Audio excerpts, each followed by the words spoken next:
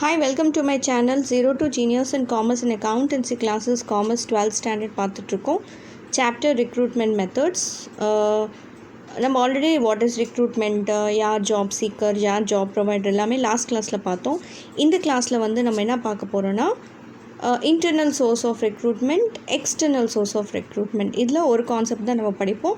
So ரெக்ரூட்மெண்ட்னு already சொன்னேன், like it is finding a suitable candidate. ஒரு ஜாப்க்கு ஒரு சுட்டபிள் கேண்டிடேட்டை நம்ம செலக்ட் பண்ணுறது தான், அந்த ப்ராசஸ் தான் நம்ம ரெக்ரூட்மெண்ட் சொல்லுவாங்க.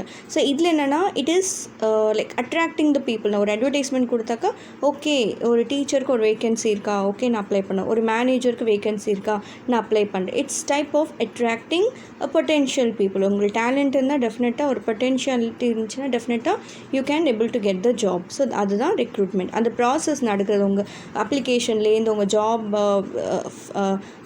லாஸ்ட்டில் ஃபைனலைஸ் ஆகிற வரலும் அந்த ப்ராசஸ் என்ன சொல்லுவாங்கன்னா ரெக்ரூட்மெண்ட் சொல்லுவாங்க. ரைட். சோர்ஸ் ஆஃப் ரெக்ரூட்மெண்ட் பார்த்தீங்கன்னா இன்டர்னல், எக்ஸ்டர்னல். நம்ம இன்டர்னல் பற்றி தான் இந்த கிளாஸில் படிப்போம். ஸோ இன்டர்னல் சோர்ஸ்னால் வித்தின் த ஆர்கனைசேஷன். இன்டர்னல்னால் within the organisation. So within the organisation எப்படி வந்து எம்ப்ளாயிஸை செலக்ட் பண்ணுவாங்க. First one transfer. சரி, ஒரு ட்ரான்ஸ்ஃபர் நம்மளுக்கு தெரியும். ஒரு நிறையா டிபார்ட்மெண்ட்ஸ் இருக்கலாம் நம்மளுக்கு, இல்லாட்டி நிறையா பிளேசஸில் அந்த கம்பெனி ஒர்க் ஆகுது, ரன் ஆகுது, பிரான்ச்சஸ் நிறையா இருக்குனாக்கா ஒரு எம்ப்ளாயி வந்து இங்கேருந்து வேறு இடத்துல ட்ரான்ஸ்ஃபர் பண்ணுவாங்க.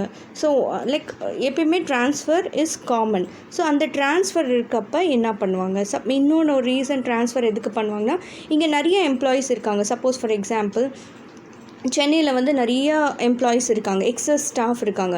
கோயம்புத்தூரில் பார்த்திங்கன்னா லெஸ்ஸர் ஸ்டாஃப்ஸ் இருக்காங்க. அப்போ என்ன பண்ணுவாங்கனாக்கா, இங்கே சென்னையில் இருக்க ஒரு ஸ்டாஃபை வந்து கோயம்புத்தூருக்கு ட்ரான்ஸ்ஃபர் பண்ணுவாங்க. ஸோ எக்ஸஸாக இருந்தாக்கா surplus, that is call surplus staffs இருந்தாக்கா எங்கே கம்மியாக இருக்குது, டெஃபிசிட்டாக எங்கே இருக்காங்களோ, கம்மியாக எங்கே இருக்காங்களோ அங்கே வந்து ட்ரான்ஸ்ஃபர் பண்ணுவாங்க. ஸோ தட் அவங்களுக்கு வந்து அந்த ரிக்குவயர்மெண்ட் வந்து ஃபில் பண்ணிக்கலாம்.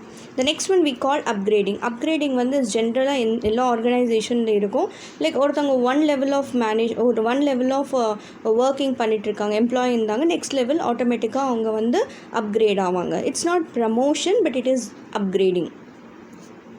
Next we have promotion. So ப்ரமோஷன்னா based on sincerity and merit. Suppose நீங்கள் நல்ல ஒர்க் பண்ணுறீங்கன்னா டெஃபினட்டாக ஒரு ப்ரமோஷன் இருக்கும்.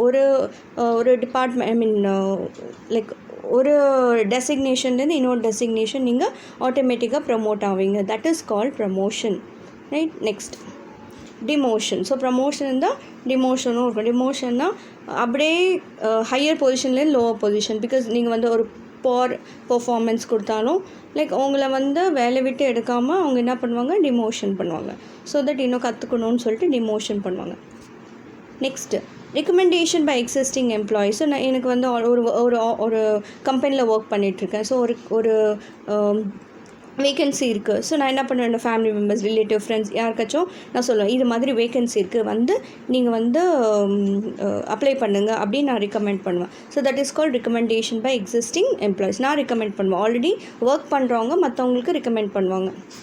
Next job rotation. ஜாப் ரொட்டேஷன்னா இந்த கான்செப்ட் ஜாப் ரொட்டேஷன் எதுக்கு வந்ததுனாக்கா, ஒரு எம்ப்ளாயி வந்து ஒரு ஒர்க் மட்டும் கற்றுக்கூடாது, எல்லாம் ஆல்ரவுண்டராக இருக்கணும். Suppose for example sales department, நான் வந்து நல்லா லைக் ஸ்பெஷலைஸ்டாக நான் சேல்ஸ் டிபார்ட்மெண்ட்டில் இருக்கேன்னா லைக் பர்ச்சேஸ் டிபார்ட்மெண்ட்டில் ஷிஃப்ட் பண்ணுவாங்க.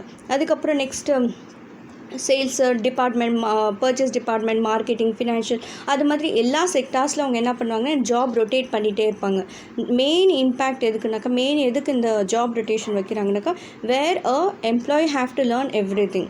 ஒன்றில் மட்டும் ஒரு ஸ்பெஷலைஸ்டாக இல்லாமல் எல்லாத்துலும் அவங்க ஆல்ரவுண்டராக இருக்கணும்னு சொல்லிட்டு தான் இந்த ஜாப் ரொட்டேஷன். அந்த டைமில் கூட அந்த வேகன்சி வரப்போ வேலைக்கு எடுப்பாங்க. That is job rotation.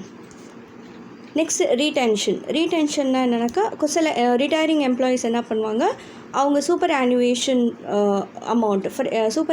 அமௌண்ட்னா like ஒரு கம்பெனியில் வந்து ஒரு பென்ஷன் வந்து க்ரியேட் பண்ணுவாங்க. கம்பெனியே க்ரியேட் பண்ணுவாங்க.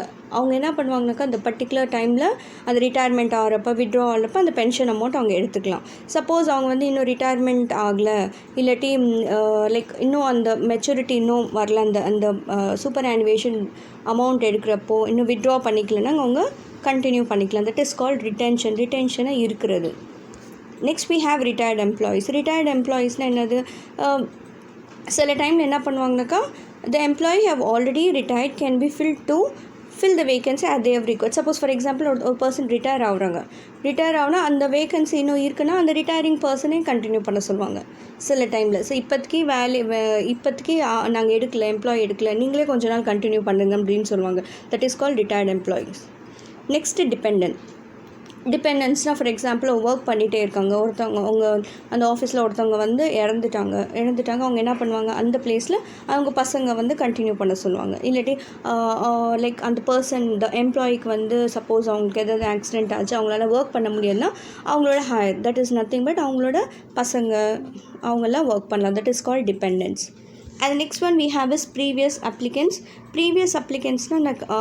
நான் ஆல்ரெடி வந்து ஒரு ஜாபில் அப்ளை பண்ணியிருந்தேன் என்ன பண்ணியிருப்பேனாக்கா 3 months வந்து அவங்க டைம் கொடுப்பேன். சப்போஸ் நான் வந்து அப்பாயிண்ட் ஆகலை, என்னை வந்து ரிஜெக்ட் பண்ணிட்டு அவங்க என்ன சொல்லுவாங்க, 3 months கழிச்சு நீங்கள் திரும்ப அப்ளை பண்ணுங்கன்னு சொல்லுவாங்க. So that is called a previous applicant. So அந்த கம்பெனி என்ன பண்ணுவாங்கனாக்கா திரும்ப என்னோட செக் பண்ணுவாங்க, என் டேட்டா பேஸ் செக் பண்ணிவிட்டு அதுக்கப்புறம் என்ன திரும்ப ஒரு வாட்டி ஜாப் இன்டர்வியூக்கு கூப்பிடுவாங்க. That is called previous applicant. Next acquisition and merger. Acquisition என்னென்னா அக்வயரிங், ஒரு கம்பெனி இன்னொரு கம்பெனி கிளப் ஆகுறது அக்விசிஷன். நெக்ஸ்ட்டு வந்து மர்ஜர்னால் என்னென்னா அப்படியே தனியாக இருக்கிறது. அக்விசிஷன் என்னது, ஒரு ஃபார் எக்ஸாம்பிள் ஏ வந்து பியை வந்து ஏ கம்பெனி வந்து பி கம்பெனி வாங்குது, தட் இஸ் கால்ட் அக்விசிஷன். மர்ஜர்னால் அப்படியே 2 கம்பெனி ஒன்றாகும், that is called merger. Acquisition, acquiring, ஒரு கம்பெனி இன்னொரு கம்பெனி எடுத்துக்குது, that is called acquisition. மர்ஜர்னா அப்படியே ரெண்டுமே ஒன்றாயிடும், like A and B company ஒன்றாகும், that is called merger. ஸோ acquisition இருக்கட்டும், merger இருக்கும், டெஃபினட்டாக உங்களுக்கு வந்து ஒரு வேகன்சி இருக்கும், ரைட். தட் இஸ் கால்ட் ஒரு பிஸ்னஸ் யூனிட்லேருந்து இன்னொரு பிஸ்னஸ் யூனிட் போகலாம், ஏ கம்பெனியில் ஒர்க் பண்ணுற பி கம்பெனிக்கு போகலாம், பி கம்பெனிக்கு ஏ கம்பெனிக்கு வரலாம், எப்படியாச்சும் இருக்கலாம். அவ்வளோதான், ரைட். இந்த வீடியோ உங்களுக்கு பிடிச்சிருந்துச்சா லைக் பண்ணுங்கள், ஷேர் பண்ணுங்கள், சப்ஸ்கிரைப் பண்ணுங்கள், மற்றவங்களுக்கும் ஷேர் பண்ணுங்கள். Thank you all.